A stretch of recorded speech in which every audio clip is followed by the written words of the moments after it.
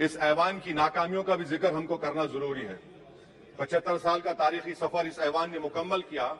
یہ ایوان ایک عمارت نہیں ہے میری نظر میں، یہ ایوان اس وطن عزیز کا ایک دل ہے، جو باہر جو غریب اور مظلوم عوام کی تکلیف کو محسوس کرے، اسی لیے میں اس کو دل کہتا ہوں۔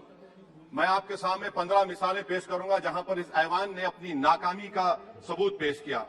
ایک اس وقت جب دلی کی سڑکوں پر سکھوں کی نسل کشی کی جا رہی تھی، ایک اس وقت جب 6 دسمبر کو بابری مسجد کی شہادت ہوئی، آ رہا ہوں بھاگلپور جس میں ریشم کے کاروبار کو ختم کیا گیا، مسلمانوں کو دفنا دیا اور وہاں پر پھول گوبھی اگنا شروع ہو گئی۔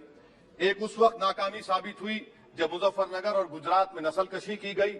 ایک اس وقت سر جب ہم دیکھتے ہیں کہ ممبئی کی سڑکوں پر انسانیت کا ننگا ناچ ہوا۔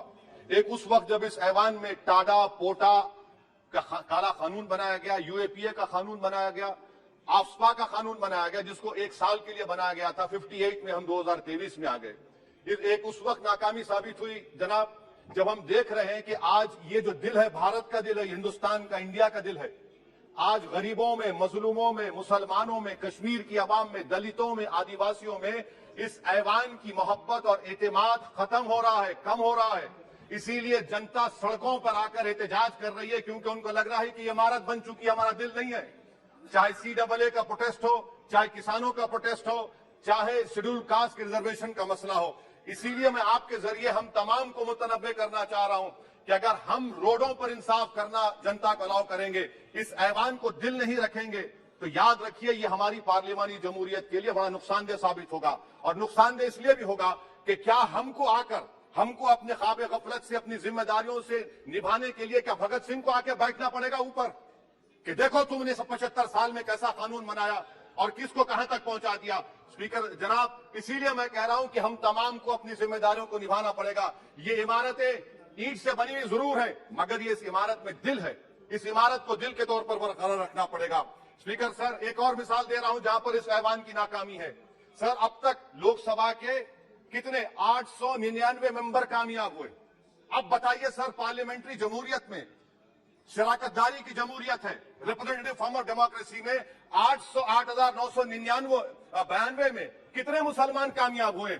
کتنے سر؟ 520، جبکہ 1070 کو اس ایوان کا ممبر ہونا چاہیے تھا۔ کتنا ڈپریویشن ہے سر؟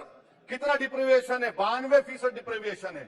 اس موجودہ پارلیمنٹ میں اسپیکر صاحب صرف 26 ہے، 14% مسلمان اور صرف 4.8 ان کا ریپرزنٹیشن ہے۔ بتائیے، ہم ووٹ ڈالنے والے بن گئے، ووٹ لینے والے نہیں بنے۔